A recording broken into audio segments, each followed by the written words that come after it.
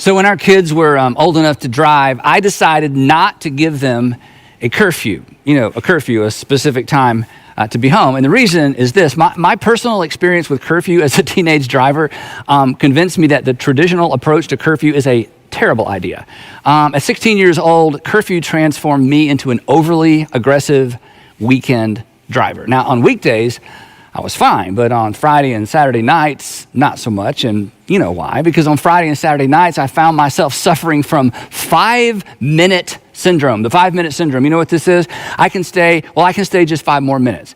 And then 5 minutes later, I can just stay 5 minutes. I've got 5 more minutes. And before long, I had to be home in, you guessed it, actually, maybe you remember it.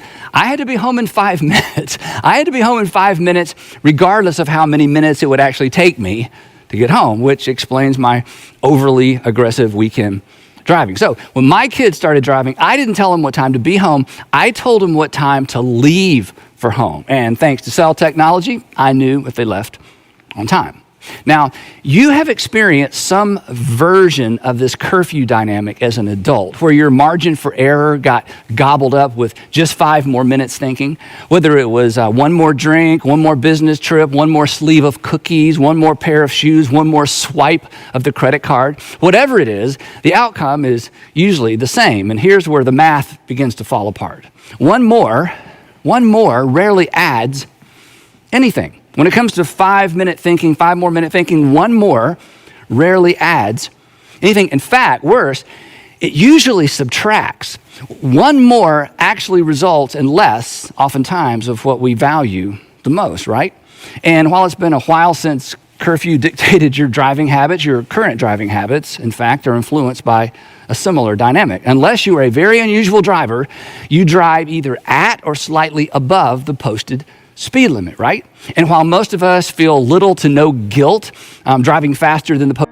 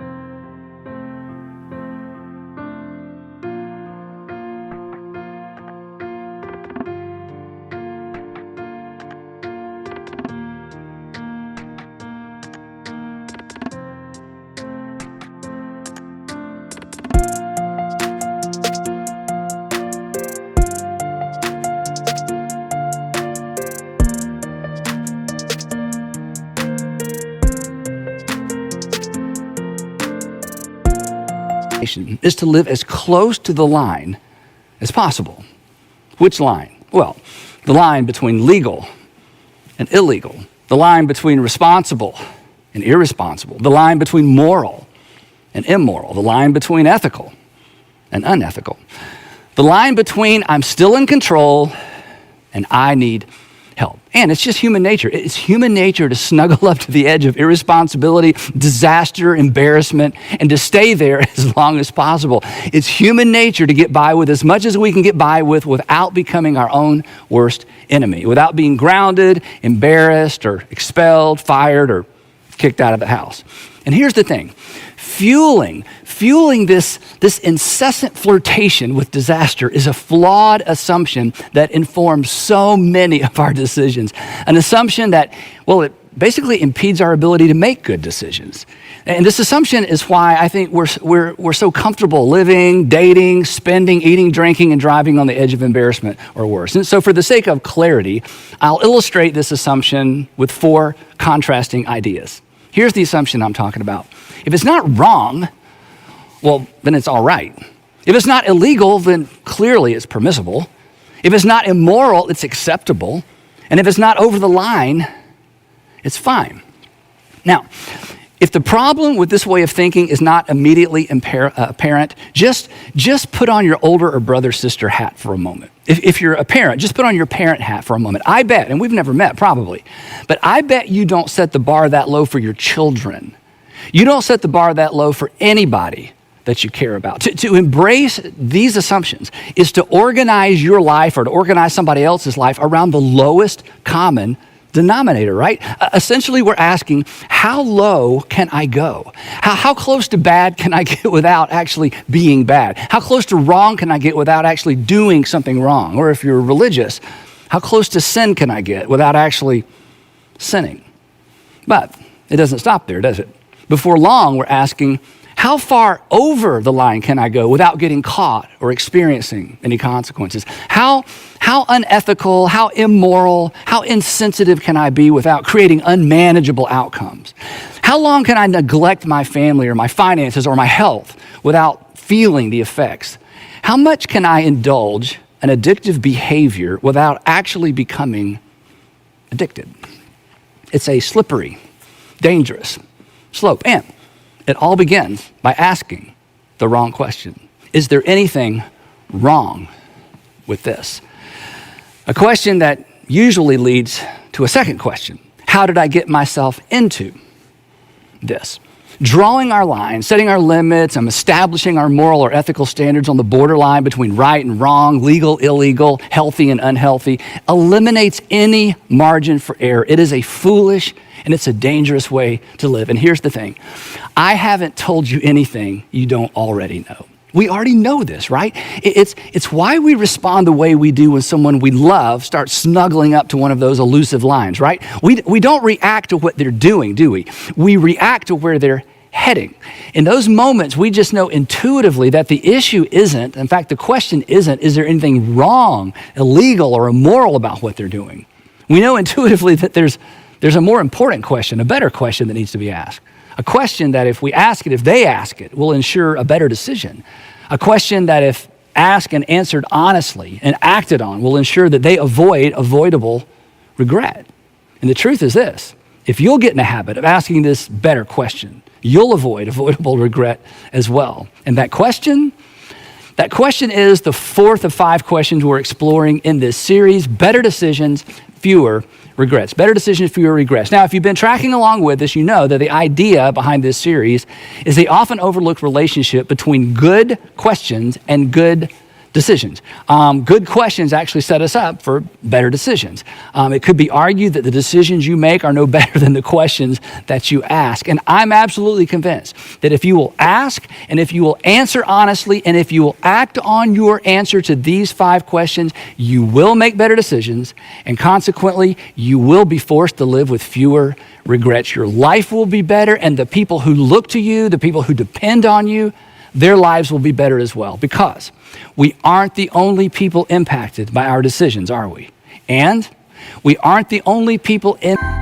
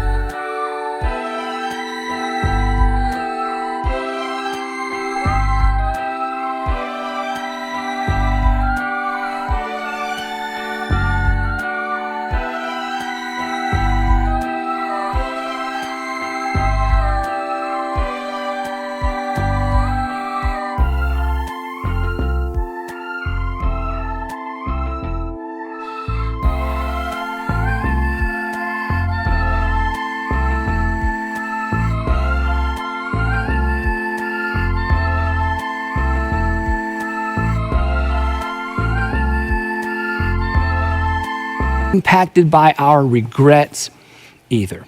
Again, if you've been following along in this series, you'll know that the first question we explored is called the integrity question. The integrity question. And the integrity question is, am I being honest with myself? Am I being honest with myself really? The easiest person to deceive in your life is the person you see every morning in the mirror. And as long as you are lying to yourself, you will never get to where you want to be, because you'll never get to where you want to be until you're honest about where you currently are. Our second question was the legacy question.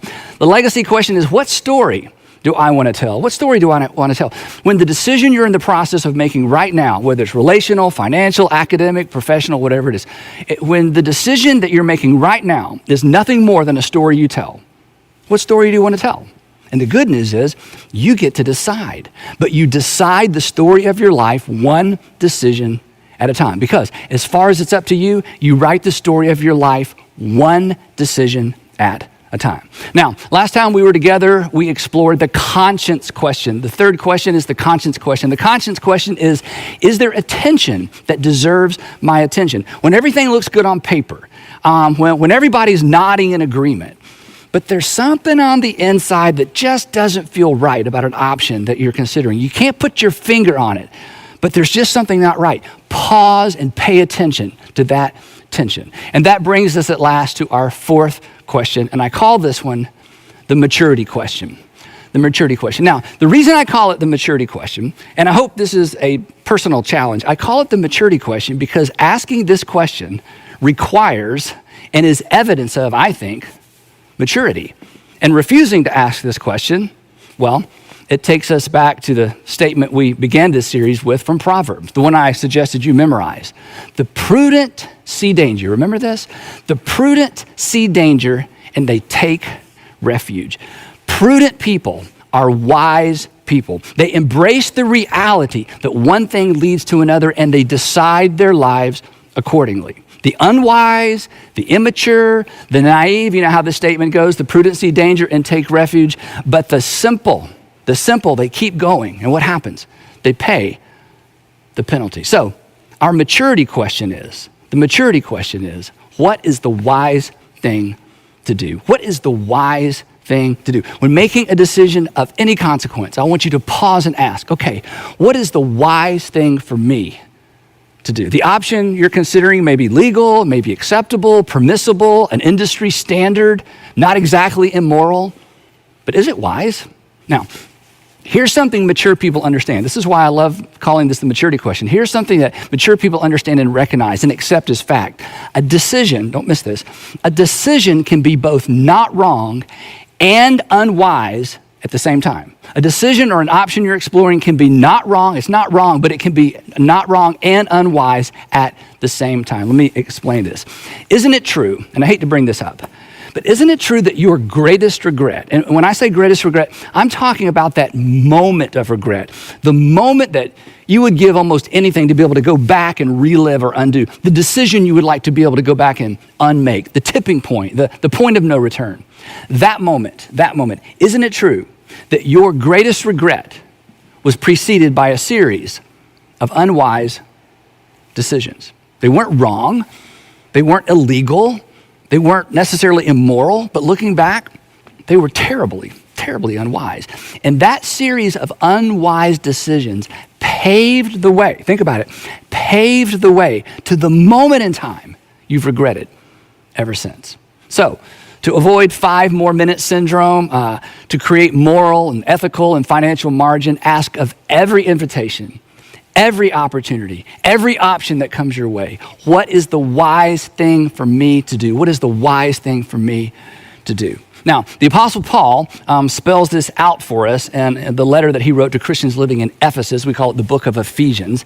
And here's what he writes, and he goes right to the heart of this tension that all of us live with and really that all of us wrestle with every single day. Here's what he writes. He says, be very careful then how you live. Be very careful then how you live. Not as unwise, here's our word, not as unwise, but as wise, making the most of every opportunity because the days are evil. So, while a lot has improved since the first century, apparently human nature has not. Ancient folks and us modern folks are equally prone to live carelessly and unwisely, to snuggle up to the edge of disaster and pretty much stay there as long as possible. And the Apostle Paul comes along, he says, stop it. I want you to be careful how you live. Don't be careless. This is the grid through which we are to evaluate every invitation, every opportunity that comes our way, financial, relational, professional, academic, whatever it might be. And that's our question. What is the wise thing to do? Paul continues with a bit more explanation. He says, making the most of every opportunity. Literally, in the Greek, this phrase could be translated literally redeeming or ransoming the time. Redeeming or ransoming the time. This is where the English word opportunity comes from. Don't you wish, think about this, don't you wish you could go back and reclaim or redeem all the time you wasted on bad decisions, along with all the time you had to spend making up for those bad decisions? I do. And for you, that may be just a few weeks or weekends scattered around your past, but it might be an entire season of your life. Either way, imagine having the opportunity to relive or re-spend or reallocate those days, weeks, or even years, not to mention the money. I mean, what if you had an opportunity to go back and invest that time in more productive, healthy, life-giving activities? Imagine where you'd be today. And I know this is hard. As painful as it is to think back and to look back, it's necessary in order to appreciate the invitation embedded in the Apostle Paul's words, because here's what he's doing. Paul is inviting you. Paul is inviting us to invest our time wisely from this moment forward, from this day forward. You are invited to make the most of or to redeem or to leverage your most valuable asset, your time, to invest your time in a way that actually propels you forward toward a preferred future.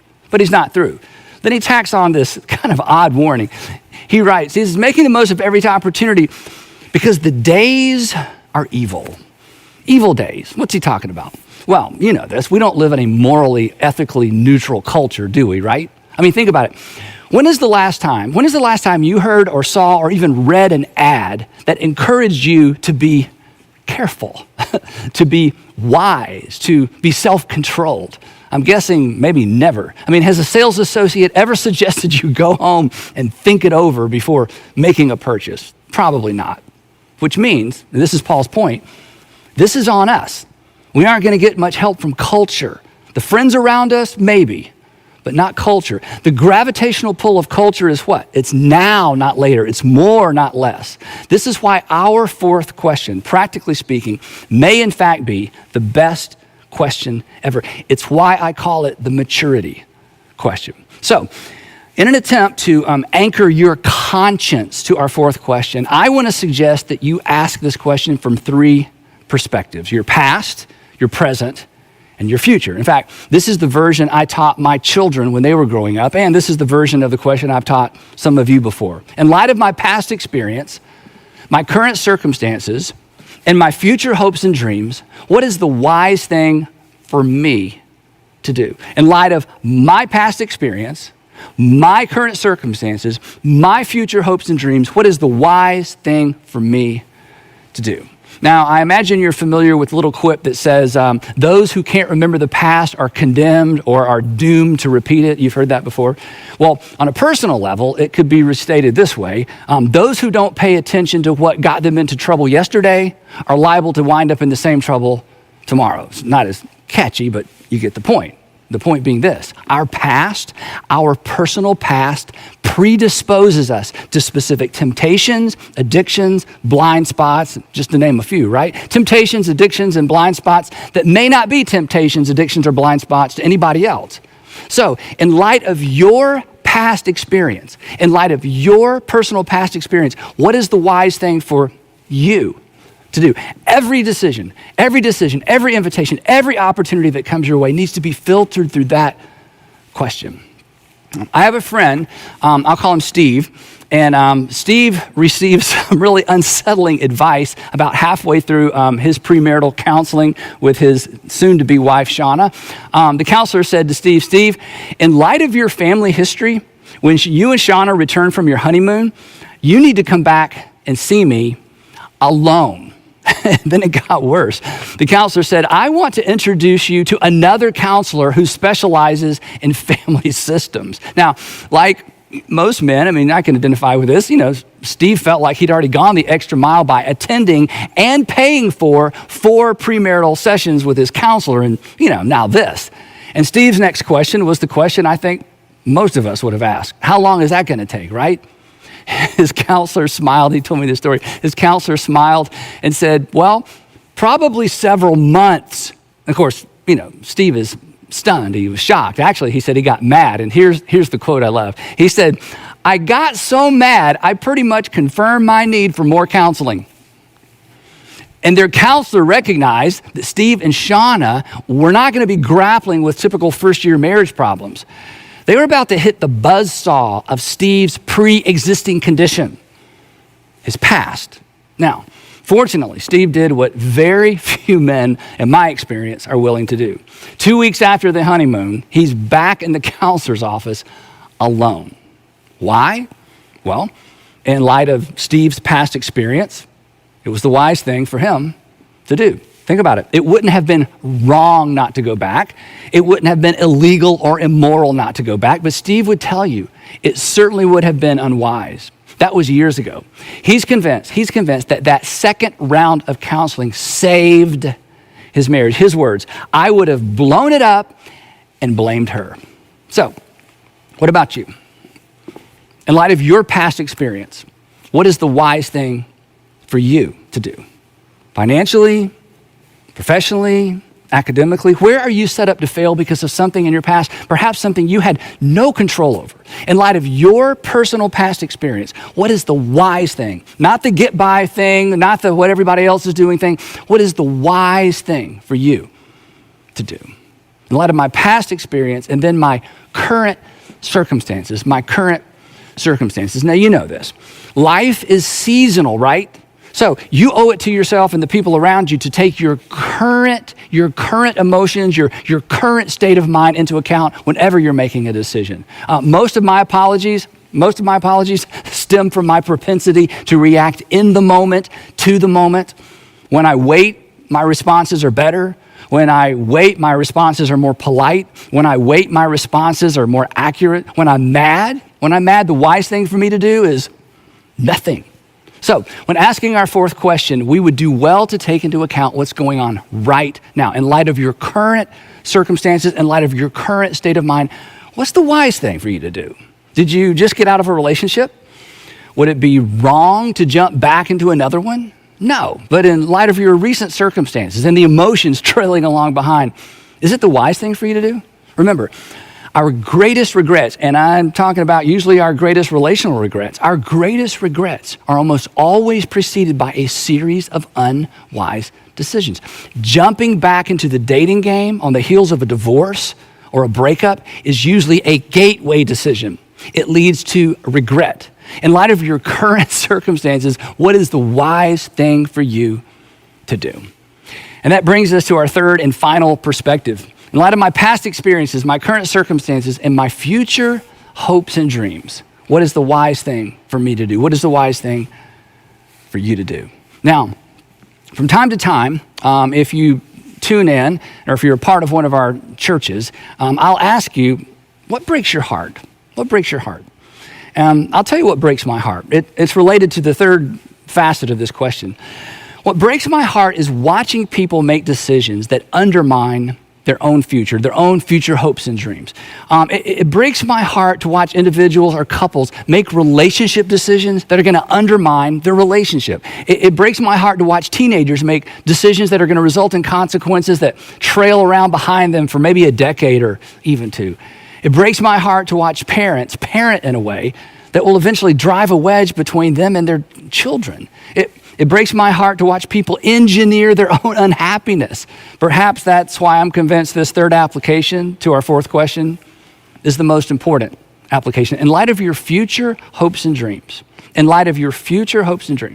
what is the wise thing for you to do? Chances are you have some idea of what you want your future to look like, right? I mean, you have a mental picture of a preferred future, what it could be and what it should be. You may have gone to the trouble of writing it down. You may not have a plan of how to get there, but you have some sense of where you want to be, right? And I'm guessing that when you envision your future, you don't envision yourself alone, because nobody does. But here's the challenge. When it comes to dreams, when it comes to your dream, the deck is stacked against you because life is hard on dreams. There's always a headwind. And that being the case, if you're not careful, you have the potential to contribute to the demise of what you hope for. And here's the thing. I don't want you to rob yourself of your own future. Nobody plans to undermine their own future. They just don't plan not to. But asking the wisdom question and acting on the wisdom question, that's how you plan not to. In light of your future hopes and dreams, what is the wise thing for you to do? Asking this question with the future in mind brings clarity to whatever option you're considering. It serves as like a purifying light. All the deceptive shades of gray, they almost immediately dissipate. Our best option or our best options become clear, painfully clear. In fact, they become so clear we're tempted to look away, to excuse ourselves away. But I'm not hurting anybody. I can handle it. There's no law against it. God will forgive me. And here's the thing, our excuses are persuasive because they're mostly true. You aren't doing anything wrong yet. You can handle it initially. It isn't illegal. God will forgive you. But so what? That's all beside the point, right? The purpose of this fourth question isn't to stop you from doing something wrong. It's to keep you from doing something unwise. Again, unwise is a gateway. It's the gateway to regret. It paves the way to that tipping point, the point, in some cases, the point of no return. So, would you be willing, here's the challenge, would you be willing to put away your old, worn out excuses once and for all? Come on. They have never served you well. They just silence your conscience. They cloud your reasoning. And ultimately, they really just diminish your ability to hear the voices of wisdom around you. Our excuses, you know what they do? They escort us to the threshold of regret. And once they get us there, do you know what your excuses do? They abandon you there with no margin for error. You've been there. I don't want you to ever go there again. So just decide to be done with all that. Instead of excusing yourself forward, dream and plan your way forward. Ask, in light of my future hopes and dreams, what is the wise thing for me to do? In light of where you want to be financially 5 or 10 years from now, what's the wise thing to do now? I mean, you're going to be somewhere 5 or 10 years from now financially, right? Shouldn't you decide? Do you know what? If you don't decide, you know who will decide? Retailers and lenders who care nothing about you. They will decide for you. And what's true financially is true relationally, academically, professionally as well. So come on, where do you want to be? Decide, write it down. If you're single, come on, if you're single, in light of what you ultimately want relationally, even romantically, what's the wisest way to conduct your relationships right now? What are you doing now? Think about it. What are you doing now that has the potential to rob you of your preferred future relationally? Now, that's a hard question to answer honestly, which takes us back to our first question in this series. Really, are you being honest with yourself? Are you being honest with yourself? Really? Are your relationships, are your current relationships paving the way to your preferred relational future? Or are they escorting you to a place you don't want to be? A place you swore you would never go? In light of what you want later, what is the wise thing to do right now? If you're married and you're planning to go the distance with your spouse, to finish together, to maybe enjoy grandchildren together, what can you do right now to facilitate that dream? What or who puts that dream at risk? What is the wise thing to do as it relates to protecting your marriage? You have children? Come on, what do you envision for your children in the future? What do you envision in terms of your relationship with your children in the future? What's the wise thing to do right now to protect that dream? Here's the thing, you know this. Everybody ends up somewhere in life, right? I want you to decide to live and to end up somewhere on purpose, and wisdom paves the way. Now, when teaching this question to university students or high school students, I always encourage them to commit the following little rhyme to memory. It goes like this. I wrote this many, many years ago. There's good and there's bad, but that's not my cue, but rather, what is the wise thing to do? There's good and there's bad, but that's not my cue. In other words, good and bad, that's no longer the filter through which I'm making decisions. My filter is better than that. There's good and there's bad, but that's not my cue, but rather, what is the wise thing to do? Don't settle for good. Don't settle for legal, permissible, acceptable, or even tolerable. If you do, you'll eventually find yourself living dangerously close to regret. You're better than that. You deserve better than that. Your family, the people who depend on you, they deserve better than that. Think about this. You are a unique blend. You are a unique blend of past experiences, current circumstances, and future hopes and dreams. And this question, the wisdom question, allows you to customize the decision-making process to your specific professional, financial, relational, or academic aspirations. So ask it. Ask it even if you don't plan to act on it. What is the wise thing for me to do? You owe it to yourself to know. I think you owe it to the people depending on you to know as well. So one last time, in light of your past experience, your current circumstances, and your future hopes and dreams, what is the wise thing for you to do?